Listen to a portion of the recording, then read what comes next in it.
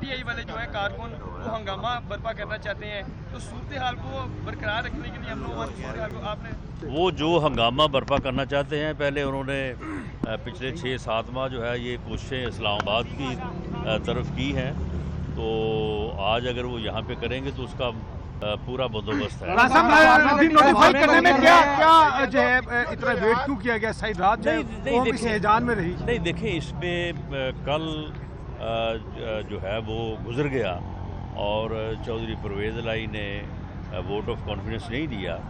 اب اس کے بعد دیکھیں نیو چیف منسٹر کا الیکشن ہونا ہے، اس کا سکیجول بھی گورنر صاحب کو ساتھ ہی دینا پڑے گا جو آئینی ریکوائرمنٹ ہے، تو اس لیے اگر یہ ٹائم لیا ہے گورنر صاحب نے تو وہ ایک فارمیلٹی ہے، اور میرا خیال ہے کہ اسے جتنی بھی جلد جاری ہو جائے وہ مناسب ہوگا، اور میرا خیال ہے کہ وہ آج جاری ہونا چاہیے۔ فارمیلٹی میں کیوں ڈیلے ہوتا رہا؟ ساری رات جو ہے میڈیا لگا رہا۔ کچھ ایسی اطلاعات ہیں کہ PTI والے جو ہیں کارکن وہ ہنگامہ برپا کرنا چاہتے ہیں، تو صورتحال کو برقرار رکھنے کے لیے آپ نے وہ جو ہنگامہ برپا کرنا چاہتے ہیں، پہلے انہوں نے پچھلے 6-7 ماہ جو ہے یہ کوششیں اسلام آباد کی طرف کی ہیں، تو آج اگر وہ یہاں پہ کریں گے تو اس کا پورا بندوبست ہے۔ نوٹیفائی کرنے میں کیا جو ہے اتنا ویٹ کیوں کیا گیا؟ ساری رات جو ہے وہ اس ہیجان میں رہی۔ نہیں دیکھیں، اس میں کل جو ہے وہ گزر گیا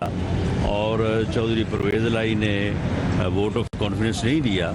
اب اس کے بعد دیکھیں نیو چیف منسٹر کا الیکشن ہونا ہے، اس کا سکیجول بھی گورنر صاحب کو ساتھ ہی دینا پڑے گا جو آئینی ریکوائرمنٹ ہے، تو اس لیے اگر یہ ٹائم لیا ہے گورنر صاحب نے تو اس میں میں نہیں سمجھتا کہ کوئی گزارش ہے۔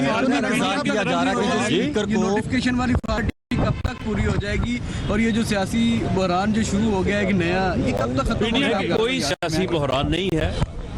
ایک آدمی جو خود اعلان کر رہا تھا کہ میری پارلیمانی پارٹی کے یا ہمارے 99% لوگ جو ہیں وہ اسمبلیاں توڑنے کے حق میں نہیں ہے، لیکن میں جو ہے وہ 1 مہینہ پہلے ہی اسمبلی سائن کر کے دے آیا ہوں، تو ایسی صورت میں گورنر کا یہ فرض ہے کہ ایسے چیف منسٹر سے وہ جیسے ہی گورنر کا اپنا آرڈر ایشو کرے گا اس پر نوٹیفیکیشن ہوگا، اس پر عمل درآمد ہوگا، اور یہ آئین کا تقاضا ہے۔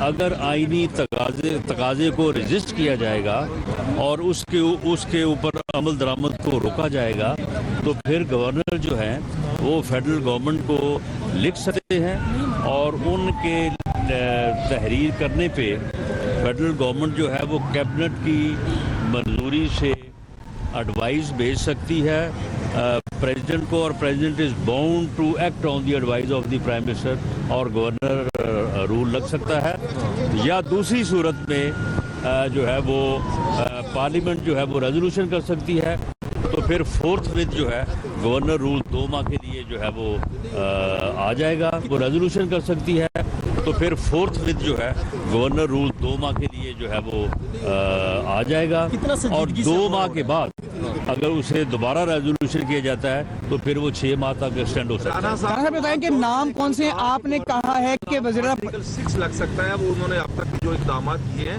اس پہ آپ کیا کہتے ہیں؟ یہ بالکل بے تکی اور آوارہ بات ہے۔ گورنر کے خلاف گورنر کو آئین جب ایک اختیار دیتا ہے اور گورنر اس کے مطابق جب ایکٹ کرتا ہے تو پھر آرٹیکل 6 کا یا کسی قانون یا آئین کے وائلیشن کا سوال ہی پیدا نہیں۔ پنجاب اسمبلی کا اجلاس ہے، یہ بتائیں کہ نام کون کون سے آ رہے ہیں نئے وزیر اعلیٰ پنجاب کے نام کون کون سے ہیں؟ نہیں، ابھی اس بارے میں PMLN نے جو ہے وہ کوئی غور نہیں کیا، لیکن میں سمجھتا ہوں کہ حمزہ شہباز صاحب ہمارے پارلیمانی لیڈر بھی ہیں، اور وہ جو ہے وہ قائد حزب اختلاف بھی ہیں، انہوں نے پارلیمانی پارٹی کو بہت اچھے طریقے سے مینج کیا ہے، رکھا ہے، تو میرا خیال ہے کہ ہمارے امیدوار وہی ہوں گے، یا اس بارے میں لیڈرشپ جو بھی فیصلہ کرے۔ رانا صاحب پاکستان تحریک انصاف کی جانب سے جو خط لکھا گیا ہے صدر کو، اس کی آئینی اور قانونی حیثیت کیا ہے؟ اب کیا سمجھتے ہیں کہ وہ کیا گورنر کو جو ہے وہ اس کی کوئی حیثیت نہیں ہے۔ جو پریزیڈنٹ ہے he has to act on the advice of the Prime Minister.